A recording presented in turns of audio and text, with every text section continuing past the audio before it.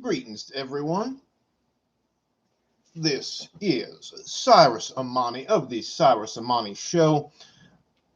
Greetings everyone out there listening on the Emperor Blessed Vox Waves. This again is Cyrus Amani, a champion of the people, teller of the Imperial truth.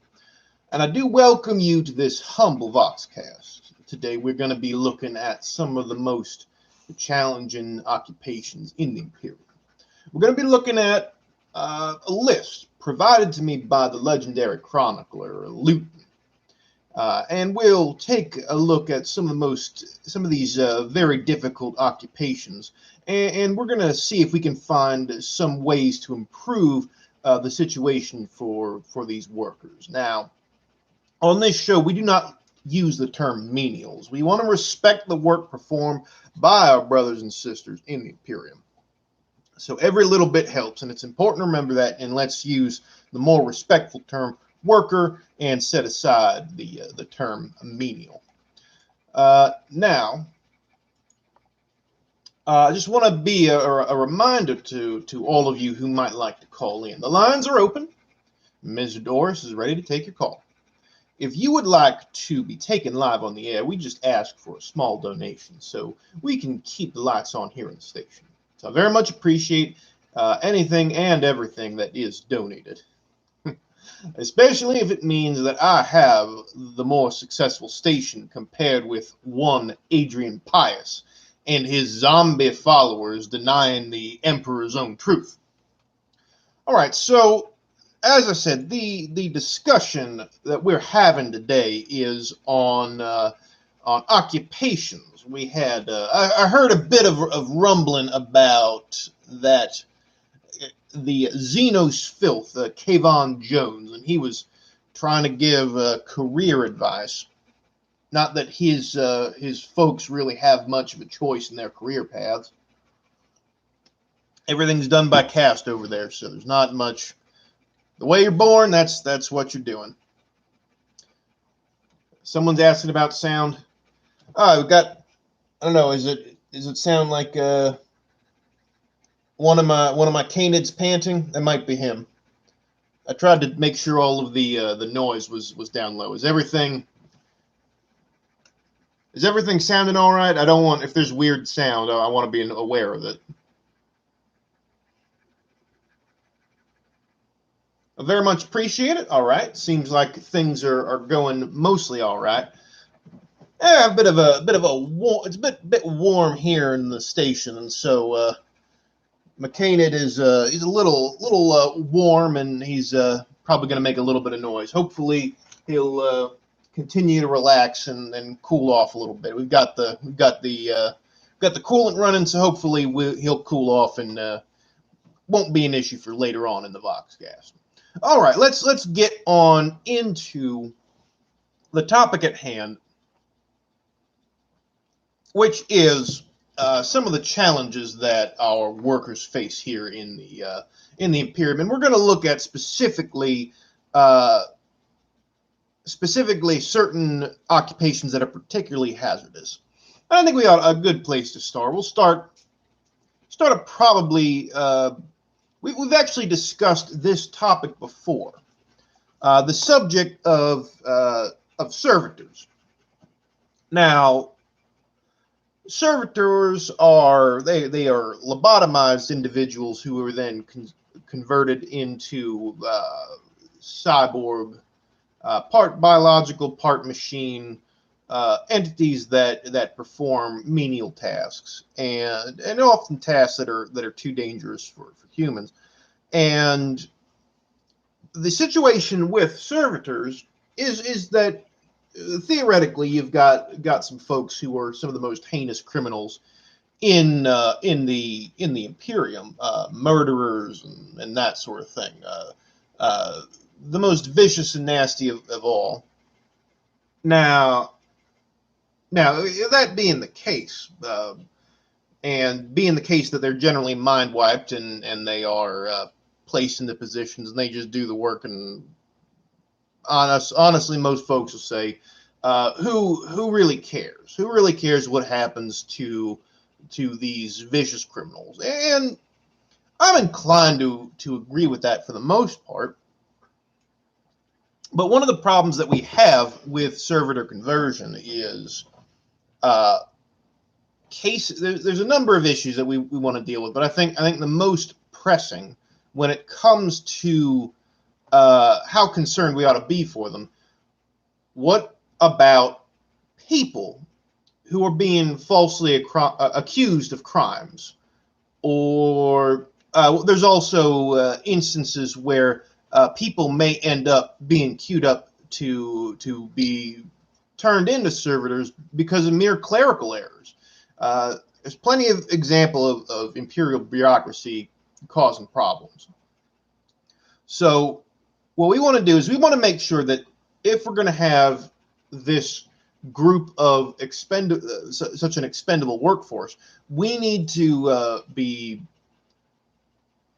focused on making sure that the right people are being turned into servitors. We want to make sure that we're not having innocent folks end up as servitors. And one of the other problems with the process is people not doing it properly, and either they're not properly mind wiped, or they still have their own personalities buried down within. And as much as you might say, well, who cares? It's a criminal.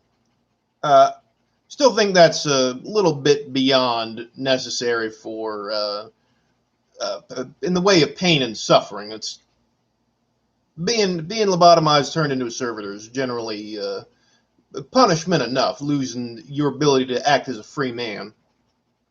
I don't think we need a human mind trapped in this trap for the remainder of their existence in a body they can't control. So what I am proposing for servitors in particular is I believe we really need to reform the Imperium's legal code and try to root out all of this corruption. Because if you're a corrupt governor, it may be in your interest to come down hard on maybe some folks that are opposed to some of the things you want to do. If you're lining your own pockets and someone says you shouldn't have done that, maybe a convenient thing to happen to all of your political rivals is that they find themselves accused of some serious crimes. So we want to try to, the big thing I want to do is I want to try to root out this kind of corruption, that the laws of the Imperium and the can't be abused. Now, how difficult can it be for us to develop and implement a completely new legal system for the entire galaxy while simultaneously rooting out corrupt officials and fighting wars on countless fronts? Now, I think this is very doable, and for the sake of my keeping the narrative simple, I think we leave it at that. We leave it at, we're going to root out this corruption. We're going to make sure things go the way that they are meant to, and that our legal system handles things properly. All right, we got a call coming in from Uvath Lamenter. Greetings, Amani. This chapter master has some memories of you and your broadcasts.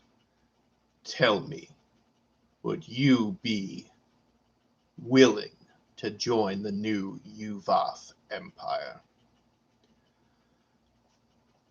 I've said it to uppity Xenos before, and I'll say it again.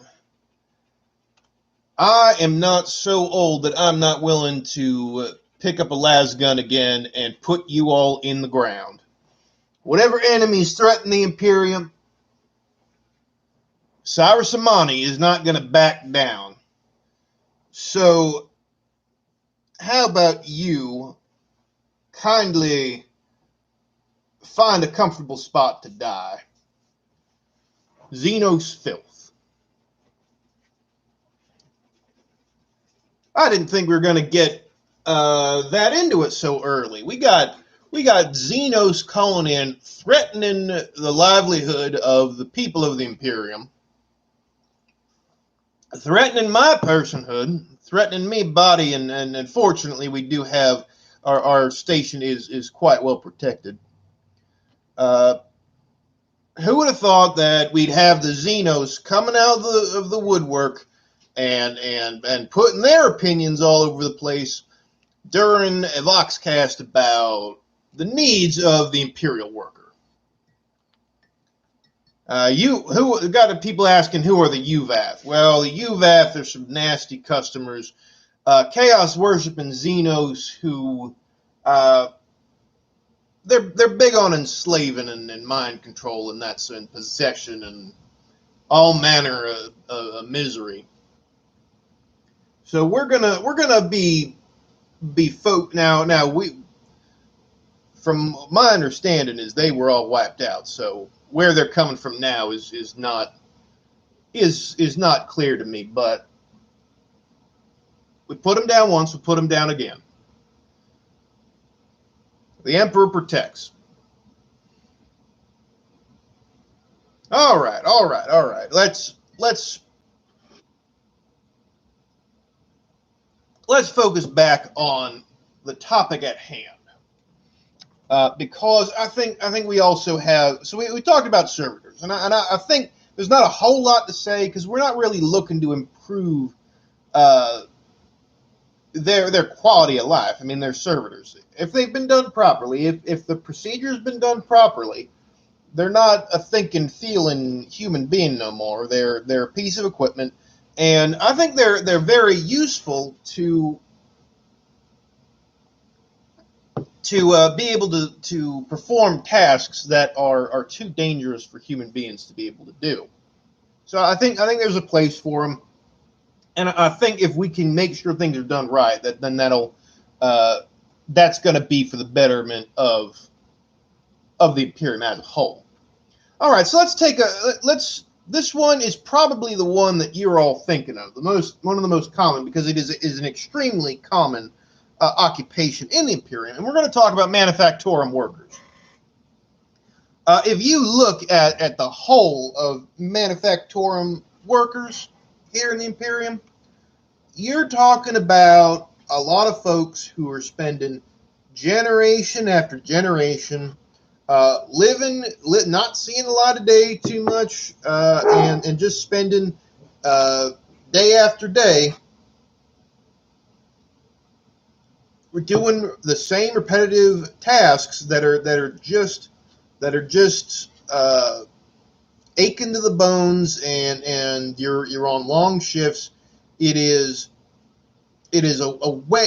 It is honestly it's a danger because not only because it's very hazardous for the folks working, but it also can be very sapping to morale to be one among countless who are doing some task you don't even know what it's for. All right, so they make things that keep the Imperium running. Of course they do. I'm not saying we don't need manufactorum workers, but I think we need to take a look at our options of areas. See, I've talked about this before, where we're talking about manufacturing workers have some of the worst working conditions in the galaxy. Now, I think we can do a lot of work to improve conditions. So I think we need some basic safety protocols for these workers in these facilities. It's not uncommon for workers to be packed into poorly ventilated or improperly heated or cooled, improperly lit working stations. Workplace injuries and deaths are at an all-time high.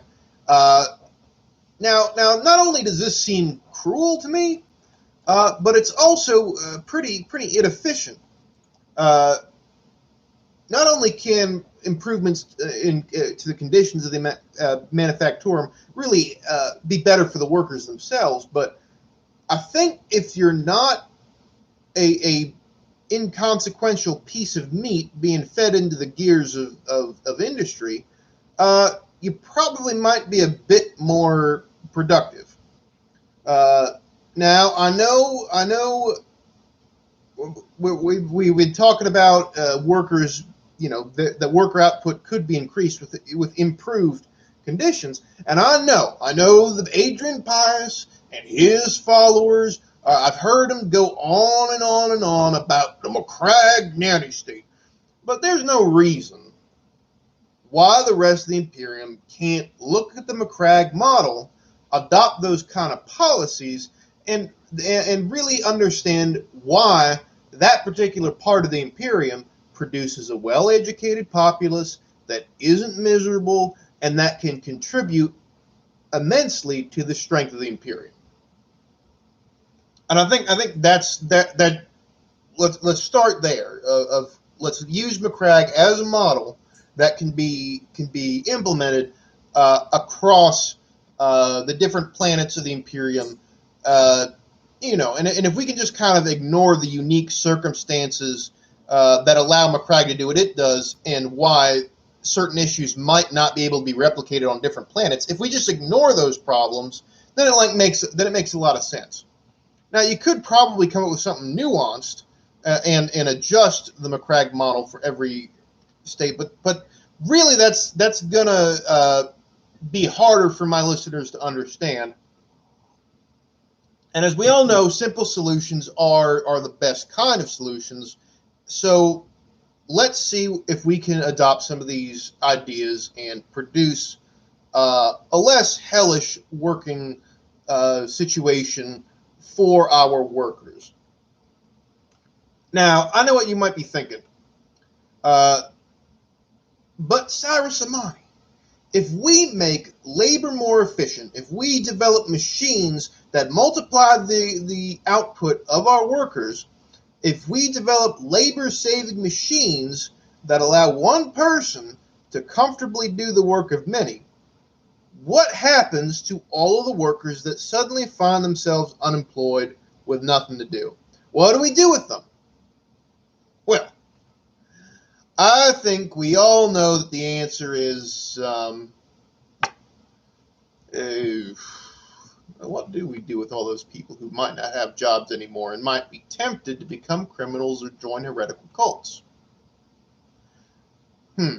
Well, there must be some way where throwing money and resources at the problem will simply make it go away. Now, maybe we could provide them with training to do other jobs. Yeah, let's do that. Once again, I think it's a simple matter of implementing widespread workplace safety and efficiency reforms across the million worlds of the Imperium. And it's as simple as that. It's as simple as that. Oh, someone put up a suggestion that if we got a lot of people who suddenly don't have work, they could go into the Guard, and I will. That actually segues into the next job occupation, which is guardsman, which I of course have personal experience. For those of you who don't know, I did serve in the Lagan campaign, helped put the Tau in their place, and had the honor and privilege of fighting alongside the Ultramarines in that particular campaign. Reclaimed a fair number of worlds and set the stage for myself to now have a successful, quite successful, more successful than certain people whose names might rhyme with Schmadri and Schmias. But I was a lucky one when it comes to the Imperial Guard. Now, I don't think there's a way for the Guard we can't sanitize war. We can't say, well, we need to make the workplace environment less hostile. You can't make the workplace environment less hostile unless you're putting enough fire into the enemy to compel them to make it a much more comfortable working environment. Once all the enemies are dead, it becomes a quite comfortable working environment.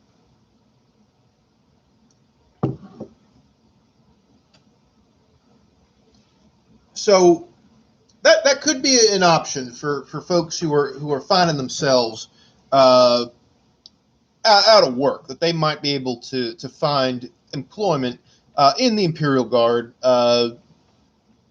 Certainly, that's an option. But as far as the concerns, now what happened to me once I got out of the Guard, that was when the problems start, because we don't have a lot of veteran support once you're out. Once you're out of the Guard, now this also doesn't happen too often. Most folks don't survive a tour with the Guard. Pretty much the only way you get out of the Guard is, I've heard tell that maybe you do it after a certain age, but for me, it was once the Lagan campaign was over. I was able to be discharged and was able to kind of take my position, and with a little bit of ambition, I was able to turn my post-Guard life into working in the station. Now, that's not an option for everyone. You can't be as fortunate as me. A lot of folks are finding trouble transitioning from being in the Guard to civilian life. All right, we got a caller coming in. Go ahead and put him on, Ms. Doris. This is a quite generous caller. Hello, this is Aun Vala. I'm tuning in from bed after I closed the dumpster on my hand and broke it. I have to say, Imperial working conditions are abhorrent, and I agree things need to change. Perhaps safety precautions and less hours would help. Now, you listen here, Aun Vala. Ethereal, yes? That sounds like ethereal. Now, it might seem like this Xenos is agreeing with the exact same thing that I just said. But because a Xenos said it, I am gonna disagree.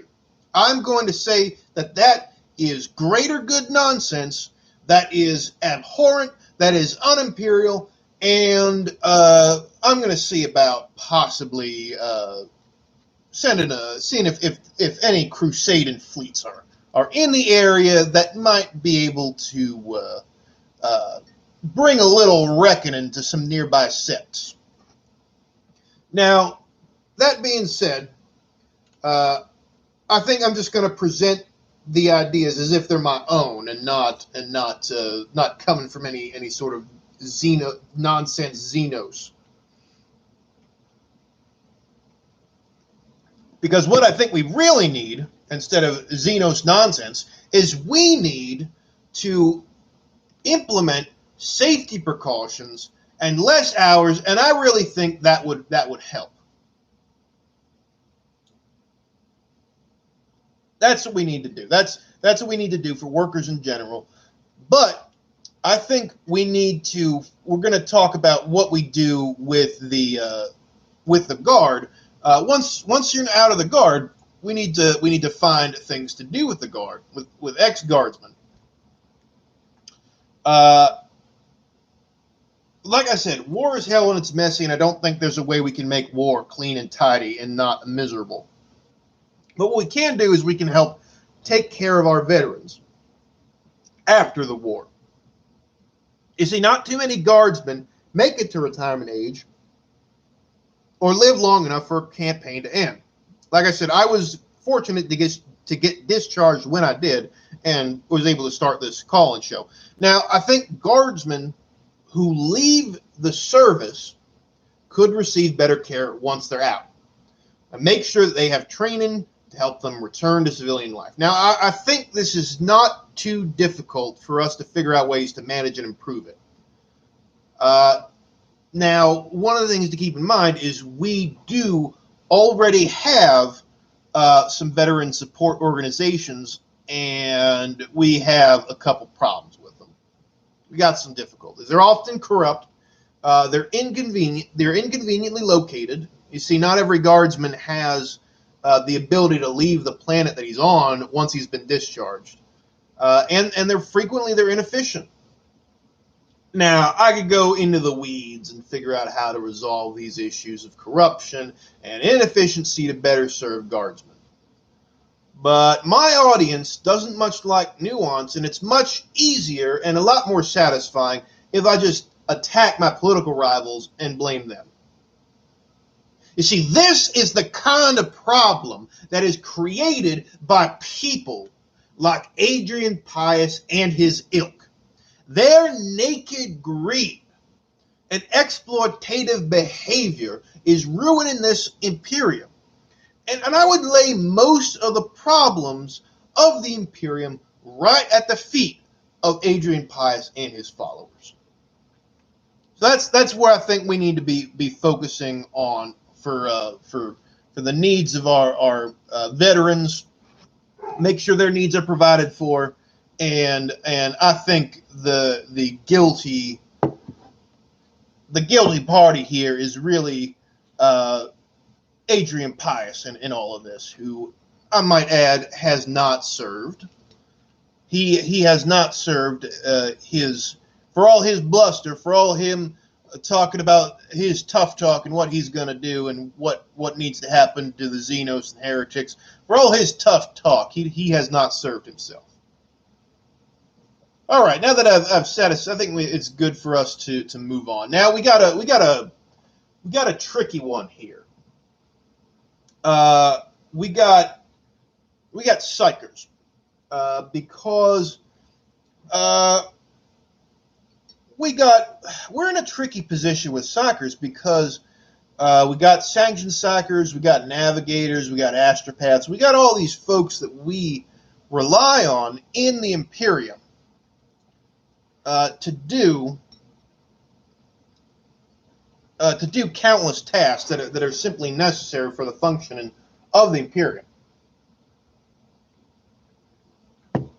And if you are found to be, from what I understand, it's you get found out for a psyker, you got to go on the black ships, and either you go on to glory in the embrace of the Emperor and serve him in the astropathic choir, or you then go through the rather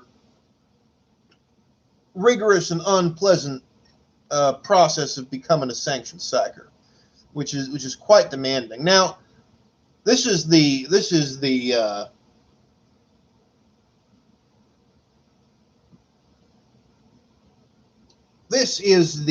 trouble. Is I don't know how we can't really loosen up things for the psykers. We can't find ways of loosening. We can't lessen our. Can't lower our guard on this. We can't lower our guard, and the problem is having our guard up makes things pretty unpleasant for the psykers. I think one of the things we can do. One of the things we could do is instead of being completely relentless on psykers, I think one of the things we can do is see if we can provide better mental health services for psykers. Because you're talking about folks who are expected to come in contact with the corrupting influences of the ruinous powers of heretical entities, and they have to, by the grace of the Emperor and their own will, overcome all temptation and all assault.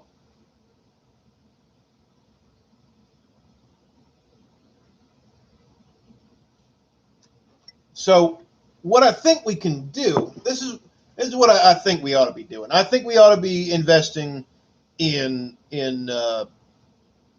psyker mental health, because if they can have if they are mentally healthy, if they can help develop the mental fortitude they need, that's gonna make things not only safer for them, that's gonna increase job satisfaction. That's going to increase all manner of situations.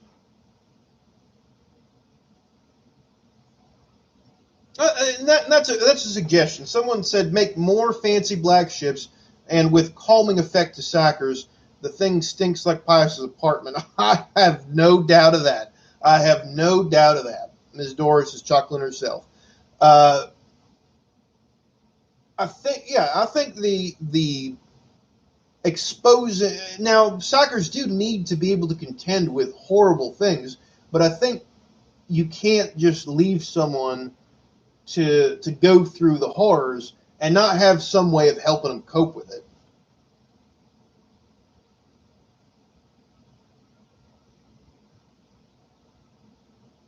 Now, hey, now, someone's throwing around some accusations about what I know and what I ought not to know, and I know about what the truth of the matter is, and I know what we need to know in order to keep ourselves protected. So, unless you are an inquisitor, how about that? How do you know about it? You an inquisitor? You a high lord? Or are you a citizen? How does a citizen know about that kind of thing, huh? Maybe that's suspicious.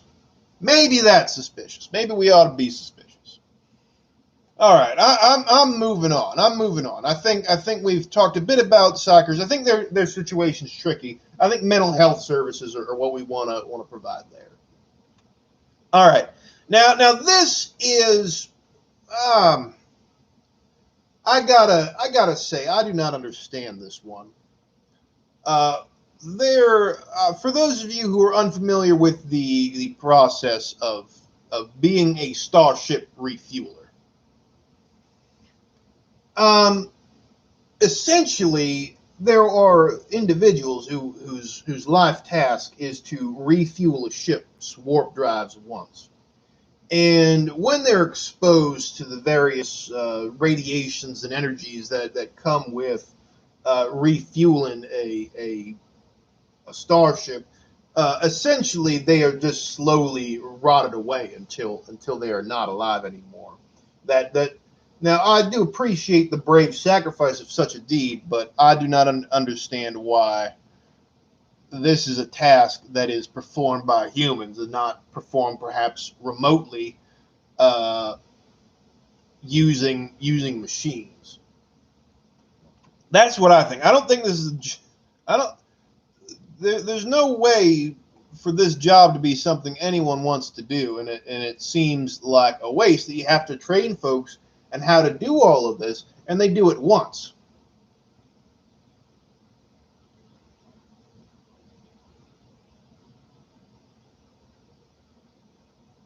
So I think we need to take a look at possible replacements instead of sending people, human beings, out on the exterior of Voidcraft and exposing them to all this horrible stuff. How about we don't do that? What if we just didn't do that? What if we just used machines or something that wasn't living? If we had to use, if humans are required to do this, can't we use servitors? Can't we have servitors do the job? I think that's a little bit better use of resources than having to sacrifice loyal citizens of the Imperium to perform this task once, the once in a lifetime task, to refuel the warp engines. I don't know if you know the whole process is pretty miserable. It is essentially you're going on the exterior of the ship. The material that you need to handle is extremely dangerous, and slowly eats away at the protective gear that the refuelers use, and essentially the process of refueling the ship kills the entire crew of people who are sent to refuel, or maybe some are able to limp back, but I think from what I understand of the way it works is it seems like what happens if they're not able to get it done? What happens if they die before they're able to refuel? What how does everything get unhooked and put back together if everyone's dead? This just seems like this doesn't make any sense to me. Got a suggestion that we outfit servo skulls with the necessary gear to refuel the ship and control them remotely from inside. That's what I'm talking about. That's I think the Magos has an idea here, and that's going to be something that I would turn to. It is not my place to meddle in the affairs of the Mechanicus, but if a Magos is, I think y'all could really come up with a better method of doing this. Some of your machines, or I don't know if there's maybe something akin to a Castellan robot who might be able to complete the work. Something other than human beings without sufficient protective gear, or we could just develop better protective gear so they're not being killed. But that is a good point. Someone's saying we shouldn't use the machines because it would anger the machine spirit, would anger the Omnissiah, and bring it. That's going to have to be an issue for the Mechanicus. I can't tell them what they're going to do, because if I do try to tell them what they ought to do, then they don't come and make repairs when the station needs it. So I'm going to do what I can to stay on the good side. I got to stay on the good side of everyone. I got to stay on the good side of the Inquisition. I got to stay on the good side of the High Lords. I got to stay on the good side of every Space Marine chapter that I interact with. I think that's another problem of why we have so many different problems in the workplace, is you have different factions and their interests are constantly coming into conflict. Now, once again, I think we're getting into the realm of requiring a lot of nuance and political savvy to really sort out what the issues really are, try to resolve and come up with compromises. But instead of doing that, instead of really digging into the issue, I'm once again going to blame Adrian Pius. It's really the intolerance of Adrian Pius, his rigidity and refusal to change the way we do things here in the Imperium, to find better ways to do things in the Imperium that are causing all of the problems that we're seeing right now. Everything really can be laid down at the feet of one Adrian Pius. And I don't think I need to apologize for saying that.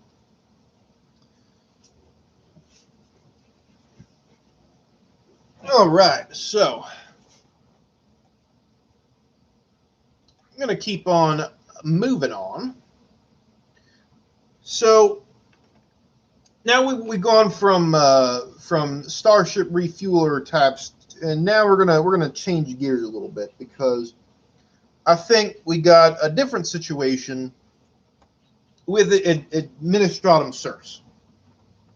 Now I got myself a list that I've gotten from the famous chronicler Luton, and you can actually hear a bit more about these different occupations that I'm talking about.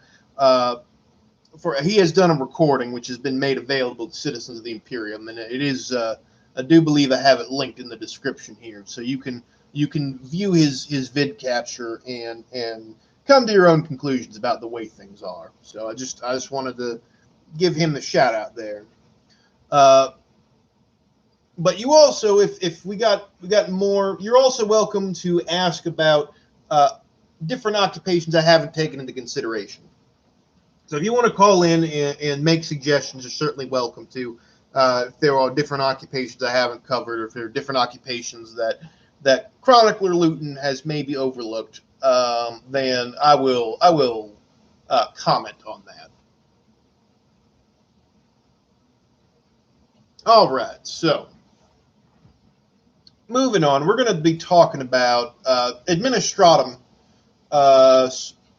Essentially, the Administratum serfs are they are spent all their time doing bureaucratic information, and they're copying and recopying and all manner of different documents and records and that sort of thing. So they're basically in small offices, poorly lit, constantly using their autoquills and just copying.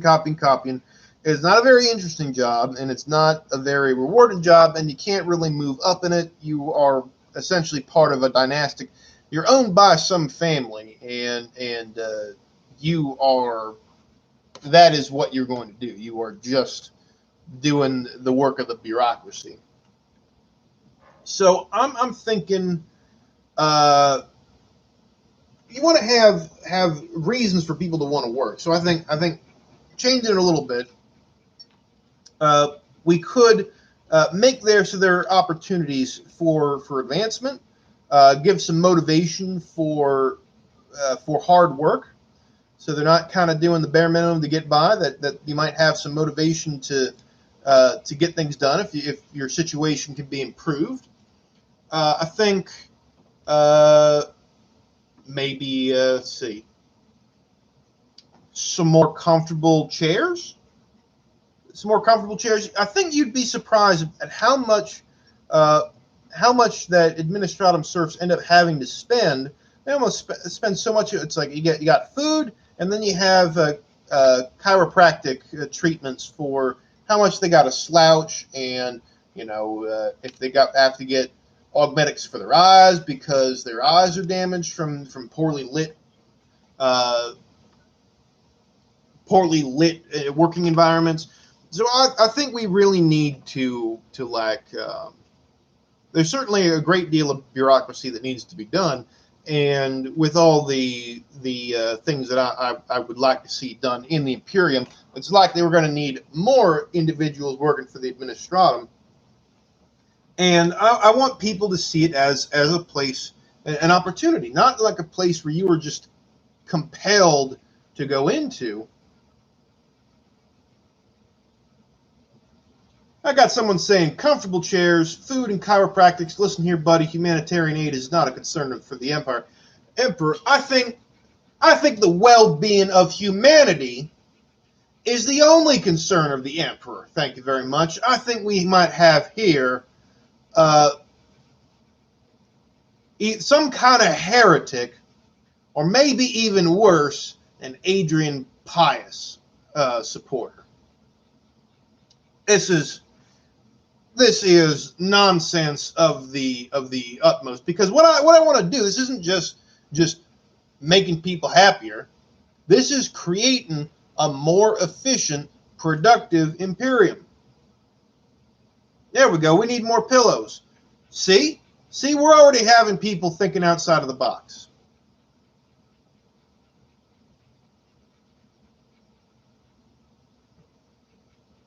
All right, so let's take moving on. So one of the things that we have in the Imperium is we have feudal worlds. So you got different levels of technology on different planets. Now we have feudal worlds, which a lot of them have different kinds of situations. Some of them may just be monitored by a Space Marine garrison, or they just collect their tithes in people or resources, and that gets shipped off to the Ministorum or the Administratum or whoever's, or the if it's the Guard, if it's the Astra Militarum, whoever's getting the tithes, they get what they need. Now I do not quite understand why feudal worlds aren't utilized more efficiently, because I think just letting people live as peasants using hand tools and primitive techniques to grow food or to mine or to do whatever it is that they're doing, I don't see the reason in that.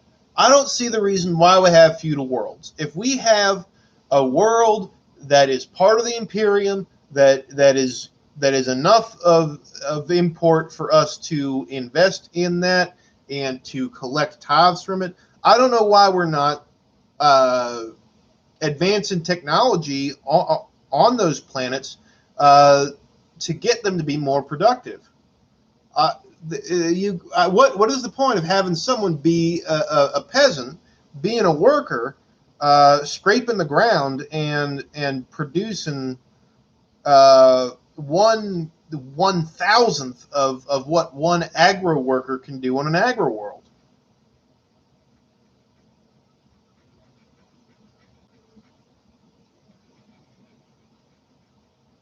No, that's a good point. This humanitarian is an agent of Zinch. Hey, how do you know about that? Listen here, feudal worlds are important for allowing humans not to grow weak and relying on tech. I don't think that makes a feudal world is not a death world. A death world are places where humans are struggling to survive, and that produces hardy humans who need their wits to survive. I think the ship has sailed on humanity needing to rely on technology. If we don't rely on technology, we're sitting ducks against a galaxy that wants to consume us. We are human beings unless they're space marines who arguably aren't real human no more. They're transhuman. We are not physical matches to the biological weapons and the horrors that are out there in the galaxy. I think I don't see how much tougher is a feudal planet than any other planet. Sure, they just don't have very good health care.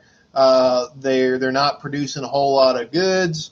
They're not there's many things that a feudal world just isn't doing, and I don't see the point in it. I don't see the point in if we're going to have them as part of the Imperium and under the protection of the Emperor's grace, we need to get more out of it. And I think we get more out of it.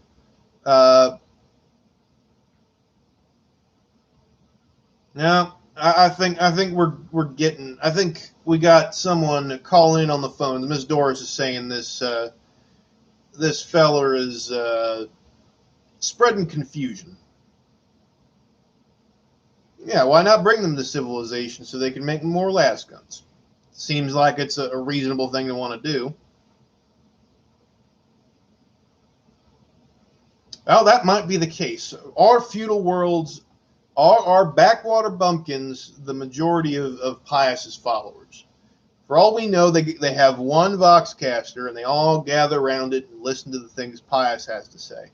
And they only listen to the things Pius has to say. That might just be why they're living on a tech backwards backwater somewhere and not produce anything, because they've adopted the ideas of one Adrian Pius. That's a credible idea. All right, so yeah, I'm not seeing the point of again, if we're bothering to manage these planets, I don't know why being a feudal planet isn't a temporary state. Now, I can understand that government structures work in a certain way. I know that knight houses are often involved in running feudal worlds, but I'm not seeing how subsistence farming is going to be a great asset to the Imperium. I think they're more efficient use of that labor and of the resources that are there, and I think we can do it in a way that doesn't that improves the lives of these peasants.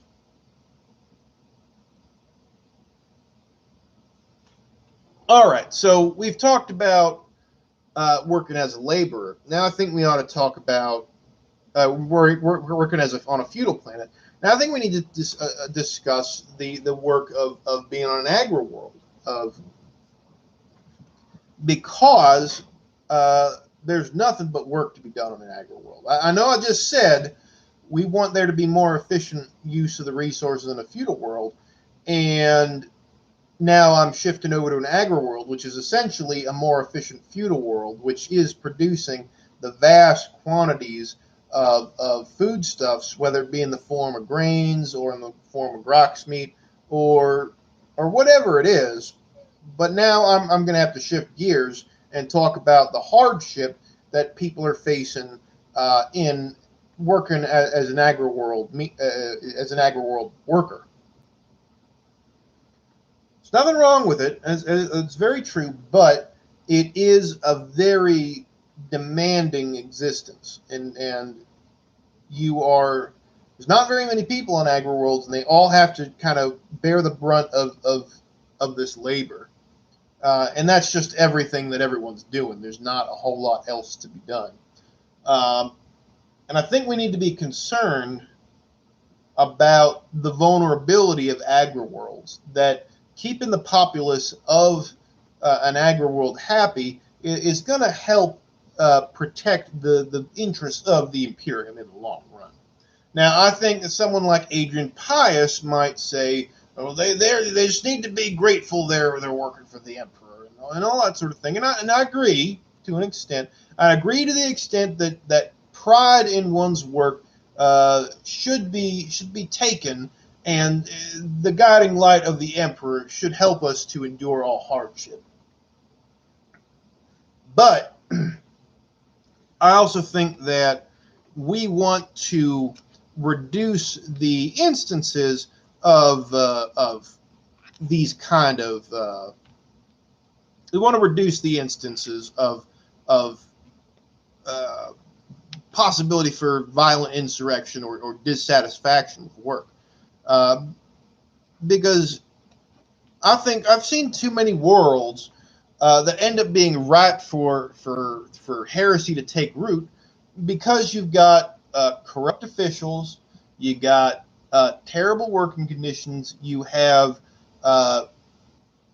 unsanitary, unsafe place for people to work, and that breeds discontentment. Not everyone has. We want to create fertile ground for faith in the Emperor to flourish. We do not want to create fertile ground for other ideologies to spring up. We don't want people to look at, say, xenospecies, this traitorous xenospecies, and say, well, why shouldn't we just do things the way they do? All right, we got a call coming in. Captain Toothbreaker. Oi, I's got a message for Amani. It just says, I will be forgiven by the Emperor's side. I hope I am forgiven. Farewell, Cyrus. Yeah, he grumped good. Gotta say, I'm a little confused. Got a couple of Xenos calling in. Let's see. So that doesn't seem, that orc seemed to be carrying some kind of message. Seemed to be from someone who was Imperial.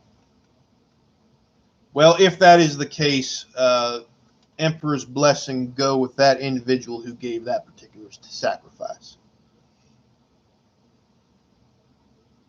Guys, I'm pretty sure that was an orc, but the message did not sound like an orc message. So I don't know how he came to find it or why he decided to deliver it. But if that is the case, we should honor the human who made that sacrifice.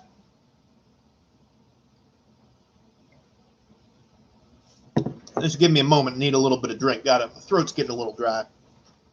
See, it's one of the benefits of having a work environment that sees to my needs. I have some tea with some honey in it, and I can keep going. Wouldn't be able to deliver the Imperial truth to all of you if I was starting getting a little bit of a scratchy throat, voice starts breaking up. But what are you all? I think the big thing we need to root out, and I think we've seen some of the challenges that come with trying to root out corruption. Because the Avenging Sun himself, Rabute Gilliman, upon his return, when he went to Holy Terra, and he needed to make reforms and make sure that the High Lords of Terra weren't just using all the resources of the Imperium to keep themselves safe and not try to strike back against the enemies of the Imperium. When he was in that struggle, Rabute Gilliman was gracious and offered all manner of ways for the High Lords to gracefully bow out. Their needs would be satisfied, and they'd be able to leave and be comfortable. And their greed knew no bounds. Their greed sought to strike against a loyal son of the emperor. Now, fortunately for Rebute Gilliman, the avenging son himself, the Officio Assassinorum was not, in fact, on the side of the High Lords, and sort of goes to show the foolishness that people might, the lengths of foolishness that people might go to in order to protect their petty interests. Let's see. Even your listeners take their duty to defend the Imperium. Oh, and then something got, looks like the Inquisition redacted that. I appreciate the well-wishers that are going on this, but I think that's the greatest threat to the Imperium. This is something I truly believe. I believe that the spirit of mankind is indomitable, and I believe that is something that the Emperor has instilled in the heart of every single one of us. And if we merely seize the will that dwells in that heart, we can overcome all obstacles. We can, just as the Emperor conquered the galaxy, we can resist the forces of darkness, and we can overcome. But what we need to do is we need to stop. We need to find ways to stop the insidious corruption that infects this Imperium. The insidious corruption that stems from the beliefs that are spouted by one Adrian Pius. All right, I got myself a little bit worked up here. Now we got another call coming in from Necro King Derek. Go ahead, Miss Doris, put that gentleman on the line. Hello, and greetings, clean ones. From the Nurgle-aligned Space Marine, my decaying heart aches for your hardship. Stay safe, and best wishes from the war. All right, Miss Doris, we got flies and we got stink. Oh, even the voice of the corrupt does corrupt. Miss Doris, if you would kindly get every single one of the most expensive cleaning materials we have, and give the station a good clean down. I'm going to be just putting on my protective mask. Let's hold on one second. Take care of that. All right. There we go. There. Now we're going to continue unmolested by the filth that stands against the Emperor and his true grace. And so I do thank everyone who is contributing to the protection of this station, so we can continue to deliver the Emperor's truth to all of you out there. All right, so I've talked a little bit about. We're going to move on to the next occupation, and I'm going to talk about what do we do. So I've talked about this before. I've talked about the Imperium's prison situation. And I think there are a fair number of useful things to do with prisoners. Like we got penal legions. We have conversion to servitors, and of course we have execution, which is generally the if you're ending up in a prison, there aren't too many ways for you to go out. Now I prefer for there's also, conversion to not just servitor, but there's also the arcoflagellants. But I think what we really want to do is put prisoners to as much use as we can. And one of the downsides of that is for people who are involved in the penal legionnaires, you have to have people who are leading the penal legions. And basically, if you've got commissars that are working in the penal legion, or you have commanders, you basically got to be working with the folks who failed in some way or another. So this is,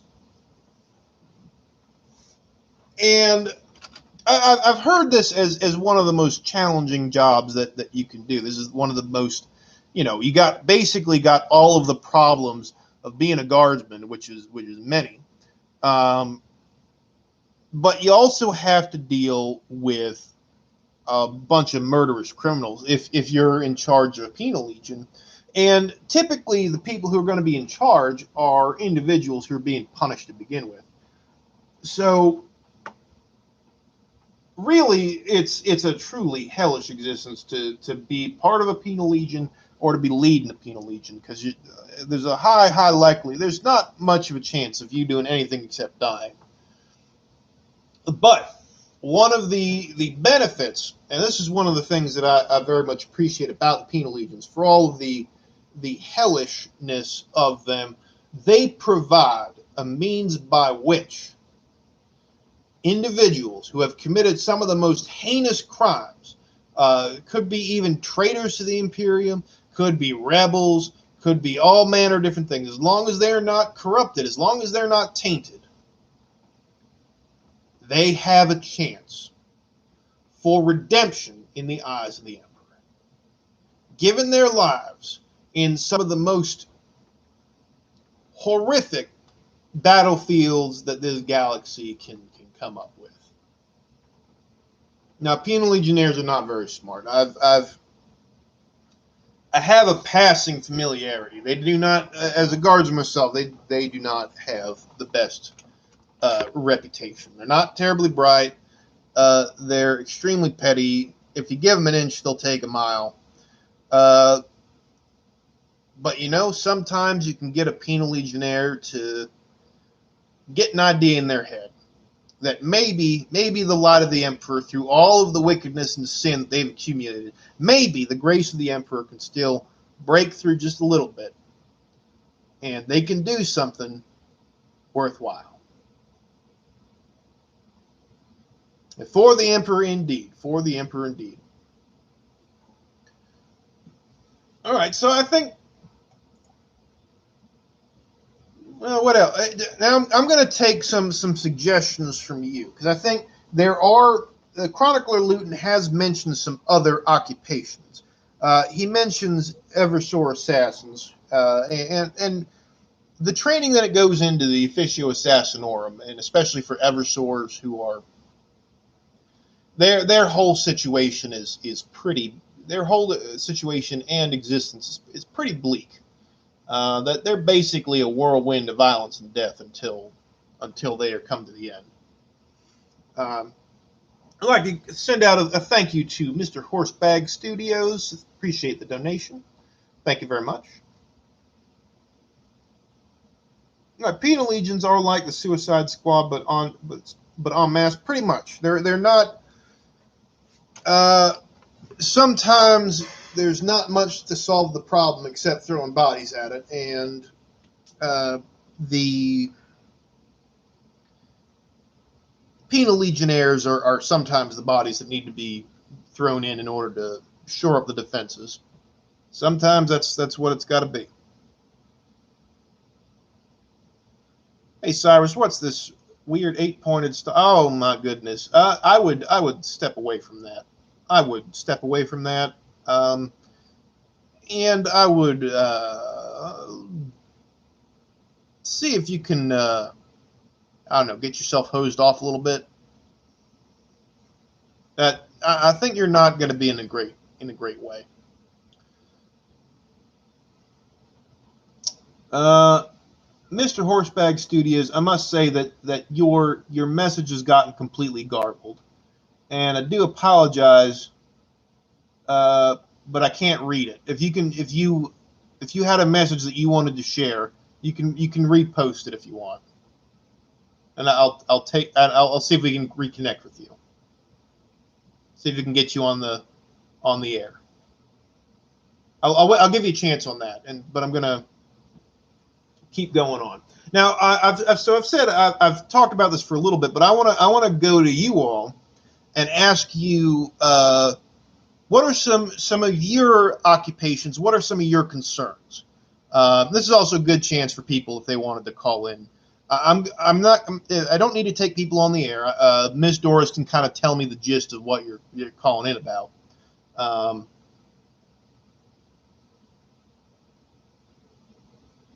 Can Penal Legion members be used as additional armor plating on Imperium's armored core? Those plasteel plates are very expensive after all. See, you know, that's some idea thinking right there. That's some idea thinking right there.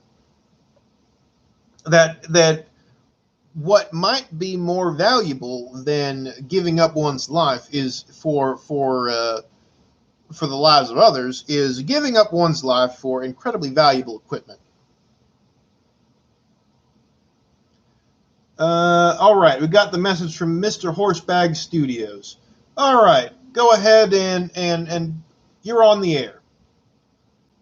The feudal planet should hire orcs. We need more shooters. Oh, I've got another Xenos calling in. Well, I think what we should do is we should orcs. I'm gonna transmit you some coordinates, and I'll tell you that there will be a lot of shooters waiting for you when you arrive to give you a big, I believe you'll kind of call it a big proper welcome. We'll just say I won't spoil a surprise for you. How about that? How about that, Xenos? All right. Let's see if we got anything else. Any other?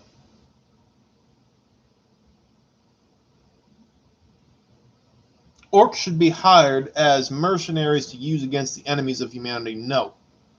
Orcs are like all Xenos. If you traffic in Xenos, you are trafficking in an individual, a group that is going to betray you. Is going to betray you.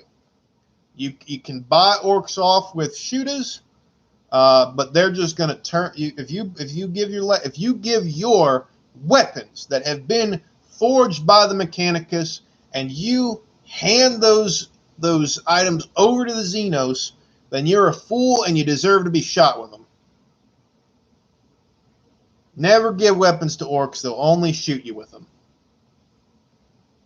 All right.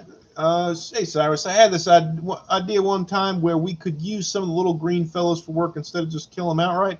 No orcs. No orcs. Because if you take the little green ones drop spores, and those spores make big green ones. No orcs. Orcs are just a problem. Orcs are worse than the most vile criminals from penal legions. They're uncontrollable, they're violent, they're brutal, and they do not care for any kind of loyalty outside of which one of them is the biggest.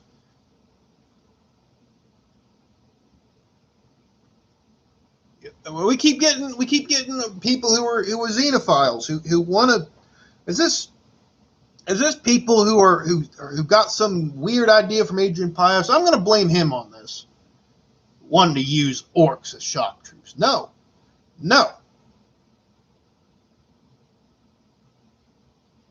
You know, sometimes if you're on a planet and you end up fighting like every single other nasty that this galaxy has, and you got orcs showing up, sure.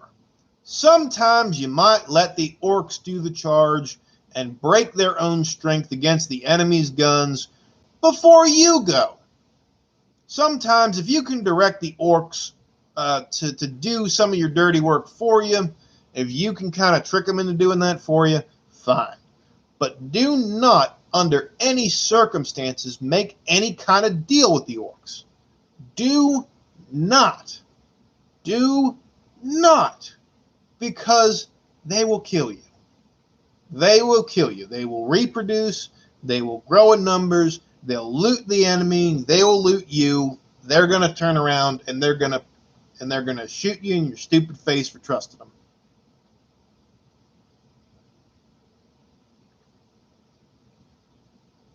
They're still going on. Y'all are still going on about this. Maybe we can indoctrinate the orcs. No. Have you ever tried to convince an orc of anything? I don't think they'd understand the concept of the Emperor. I don't. No, there's no reasoning with the orcs. If there was reasoning with the orcs, if the orcs were stupid enough to be controlled, somebody would have done it by now.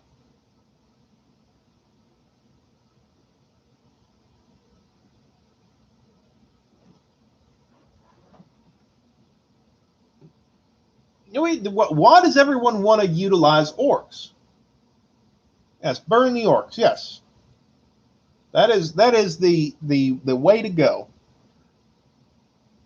Is there some problem with my Vox transmission? Are orcs the only ones picking up this? Are orcs and orc friendly humans? What is that? The Imperium? That nonsense? Where apparently there were orcs and humans living together. I think that's heretical nonsense. And that am I getting folks from Imperium? Is that what's going on? Yeah, we're going to get the Inquisition in on this because this is far too much orc sympathy. It's far too much Xeno sympathy for my taste. And once again, even though Adrian Pius has expressed nothing but contempt for the Xenos, I still feel pretty comfortable in blaming him for all this nonsense.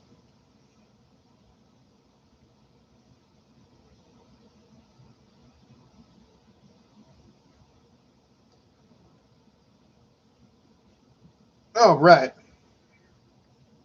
Excuse me, had to get another drink of my honey tea. All right. Now, let's talk about some. I'm thinking on some other issues that we could, because I don't think that this is an impossible thing. I think you have, once again, McCragg as a really good example of efficient government, of efficient trade routes, of prosperity that can be known and spread throughout the Imperium. Now, yes, McCragg has been the target of a Tyranid invasion. They've been contending with the plague wars. There are definitely hardships that have befallen McCragg, but one of the things that has allowed them to resist and overcome is because they are well organized and they are prepared and strong to repel all these different threats. It's truly going to be good governance that saves the Imperium. It's like the bravery of men is going to help. The bravery is going to be there, but what we need people in leadership positions who are dedicated to being to serving and serving the interests of the Imperium. Not just trying to line their own pockets, not trying to get all the work out of their workers they can, squeeze every last drop, and then when they're all just a withered husk, toss them aside. We have to treat humans, we have to treat humanity like they're human. We have to treat people like we have some kind of decency. Because if humans can't be humane, what really makes us different from the forces that want to destroy us? What makes Xenos, they think of us as, so many of them think of us as primitive or whatever have you. You get the Eldar, the pompous Eldar, we're primitive or we're cattle or whatever. And if we're taking those ideas and saying, yes, we are going to treat human beings like cattle. We are going to treat other humans in this inhumane way. That we are not going to strive to improve things. And this is where it comes back down to. And maybe y'all are thinking that I'm harsh on Adrian Pius and I'm laying too much responsibility at his feet. But that's the big difference between me and him. This is actually the big difference between me and him, is he thinks the best way forward is doing the things that we've been doing, holding on to old ideas, and that's going to be the thing that drives us forward. That's going to be the thing that saves the Imperium, is doing the same thing. I've only seen the Imperium, the strength of mankind slowly wither because everyone's becoming complacent and corrupt. What we need to do is we need to have our eyes forward. We need to see that greatness that the Emperor wanted for all of us, and we need to be able to fight for it. And we need to be willing to do the good that needs to be done for the sake of the Imperium. Now, that's a good point. To be fair, no other culture has lasted 10,000 years, and that's been by the grace of the Emperor. It's been the Emperor's guide and grace that we've been able to stand this long, and the sacrifice of countless individuals. But that makes it all the more important for us to be able to root out this corruption. More lasguns, more competent leaders. Let's befriend other races and shew our humanity. No, we're not befriending other races. We are not the Tau. Every single time humanity has gotten cozy with a Xenos, we found a knife in our back. No, we're not doing that. Temporary truces, with no long-term diplomatic relations with Xenos. It's not what we do. If you're fighting some Eldar or some Orcs and you got Tyranids showing up. All right, maybe you're shooting the thing that's going to eat everyone instead of the Greenskins who are also shooting at the thing that's going to eat everyone. Maybe that happens a couple times, and you got to make some calls when you're on the front lines. You got to choose. Sometimes you got to choose to kill the greater of two evils instead of continuing to fight and weaken yourself against one. But aside from that, aside from sometimes you got to shoot at a different enemy instead of the enemy that you have been shooting, aside from that, we can't be doing that. We cannot be partnering. We cannot be fraternizing with Xenos. It only leads to the exploitation of humanity.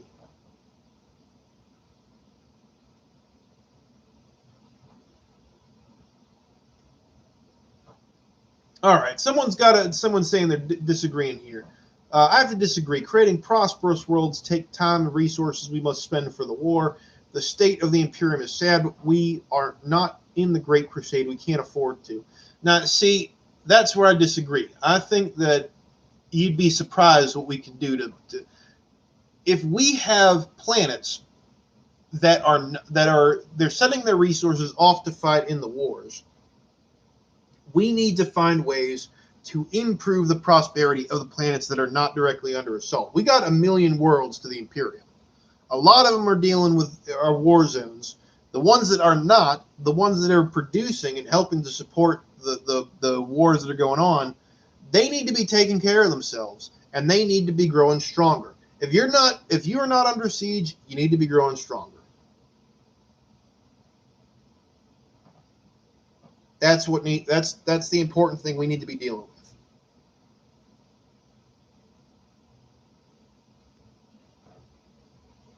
Make more Space Marines seems to help. Well, I know there's kind of a we're kind of making Space Marines as fast as we can to make up for the losses. We are in a spot of hurt right now because of the Great Rift, because the formation of the Imperium Nihilus. Now, we've taken back a lot of ground, at least in the Imperium Sanctus. Rabute Gilliman helped. He drove back the 13th Crusade. He won the Plague Wars. He helped relieve the Blood Angel successor chapters and at the devastation of Baal.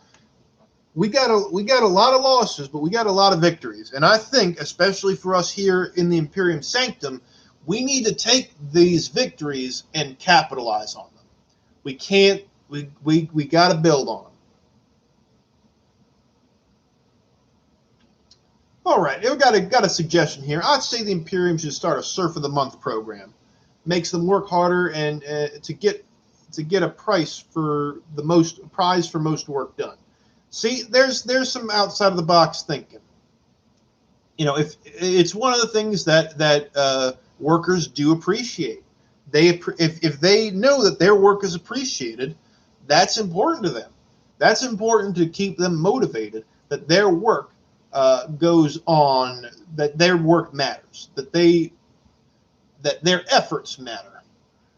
That their contribution to the Imperium, either in a war effort or in some civilian support role, that what they do matters. And they don't have to be miserable the whole time they're doing it, too.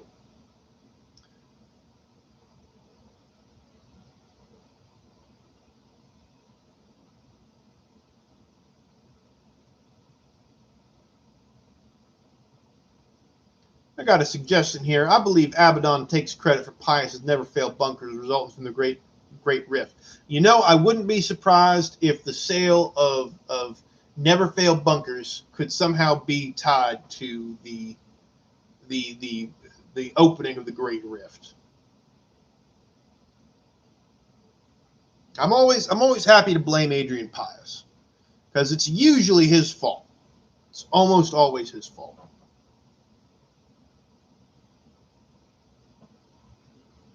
All right, got another. What about all the resources wasted by them nosy inquisitors looking into everyone else's business? Imagine how much more progress we could have if they didn't have to hide what we were all. If we didn't have to hide what we are working on. Well, far be it from me to be critical of the Inquisition. Let me put it this way. I think everyone who is a part of the Imperium, from the lowliest serf up to the highest High Lord, whether you're a human, whether you're a space marine, whatever you are, you got to look at what you're doing in your life, and you need to say, what am I doing to help build a better future for the Imperium? Because I'm going to be honest with you, I am very blessed that I get to live in a little corner of space where I get to do something that I actually enjoy. I get to talk to you all, and I get to talk the Emperor's truth. I get to talk the Imperial's truth to my listeners, and that brings joy to my heart that I get to do something I enjoy, and I get to support something that I enjoy. But I think most folks in the Imperium, top to bottom, I think most folks are not happy. And I think what we need to do is we need to accept that our situation is pretty miserable. And the only thing we can do is kind of set things up to be less miserable for the generations that are going to come after us. All right? Things may be terrible, and they might be the fault of the generations that came before us, the mistakes of the past. All right, so be it. What are we going to do about it? What are we going to do about it? We can complain about it. We can give up. We can not do anything. Or we can say, no, we're going to make things better. We're going to fight for what needs to be better. We're going to create the galaxy that we want to be, and we are going to blame Adrian Pius. We're going to do all these things, and we're going to blame Adrian Pius.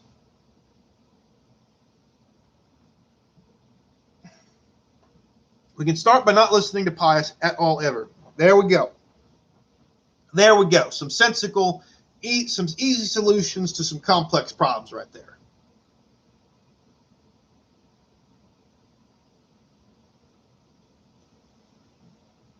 All right, we're kind of getting close to the end of my time here. I definitely appreciate everyone who has been supportive of this Voxcast. I'm going to give some thank you. Thank you to Captain Toothbreaker. Even though you are a filthy Xenos, you still were able to deliver an important message and you help support the Voxcast. Special thanks to Necro King Darak. Well, I don't know about thank. Maybe I shouldn't thank that one. He was the one who sent all of the well wishes from Nurgle. Thank you to Mr. Horsebag Studios, even though you are an orc. Thank you to Old Man Skeletal, and though your donations appreciated, you also did send send a message on behalf of the Tau, which is I don't know how I'm a little contentious about the Tau because I fought against them and I've heard Adrian Pius compare me to them because I don't have hair. Don't have hair and I'm a little on the thin side. What he also said I was a gene stealer. Well, I think that Adrian, I'm going to say it right here, right now. If he's going to wildly speculate, why not me? I'm going to say Adrian Pius is a long-lost squat. If you get a look at him. Long-lost squat, shaved his beard, and hoped nobody noticed. That's what I'm going to say right there. All right, anybody got any final questions? I want to appreciate. Is there anybody else? I'm trying to look back and see who else. Did I thank everyone? Was there anyone else that I missed as far as those who were able to donate? So I do want to thank them for all that.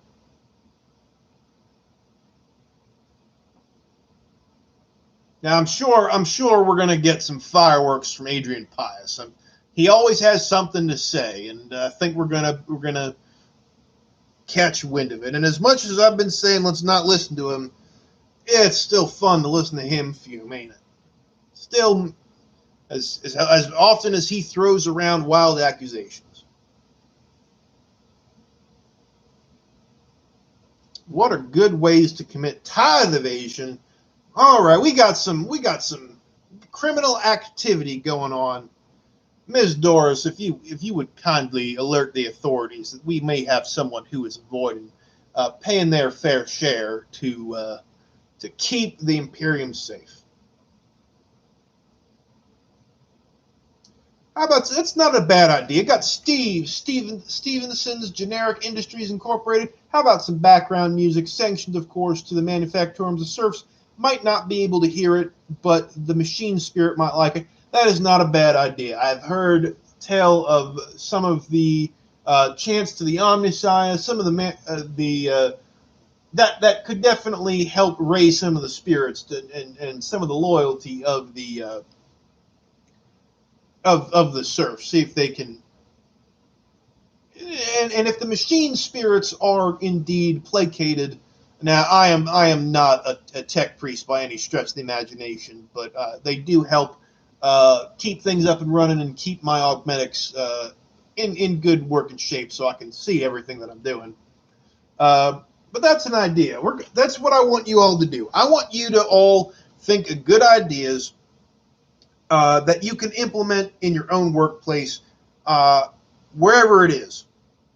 What are creative ways for things to work better so the Imperium can be stronger in the long run? Because you know what, like I said, maybe we got to give up on good times in our lives. Maybe we can't have that in our lifetimes. But you know what? We can start setting things up for our children so that things are not nearly so miserable in the future. Now, it's important. It's important for good people to do good. You know what's the old phrase? Evil is victorious when good men do nothing. Now, of course, all of my listeners are incredibly good people, kind people, smart people, intelligent, handsome people, very attractive and desirable to members of their preferred sex. All of this is of course very true of listeners of the Cyrus Amani show, and I think that's what I want to go out on is really take those talents and gifts, the Emperor given gifts that you have, and let's see what we can do to improve our situation. All right, we're coming to the end of the Cyrus Amani show. I would like to thank all of you who donated once again. Very much appreciated for helping keep the studio lights on and keep the Imperial truth being voxcast throughout the cosmos, so that the true intent of the Emperor of the Man Emperor of mankind can ring throughout the galaxy, and the light will never go dim. All right, so thank you all very much. I think I'm going to call this. Once again, thank you, Ms. Doris, for taking calls. Thank you all for your donations. This has been Cyrus Amani, and I will keep telling the truth as long as I have voice to do so. Farewell, and good night to all y'all.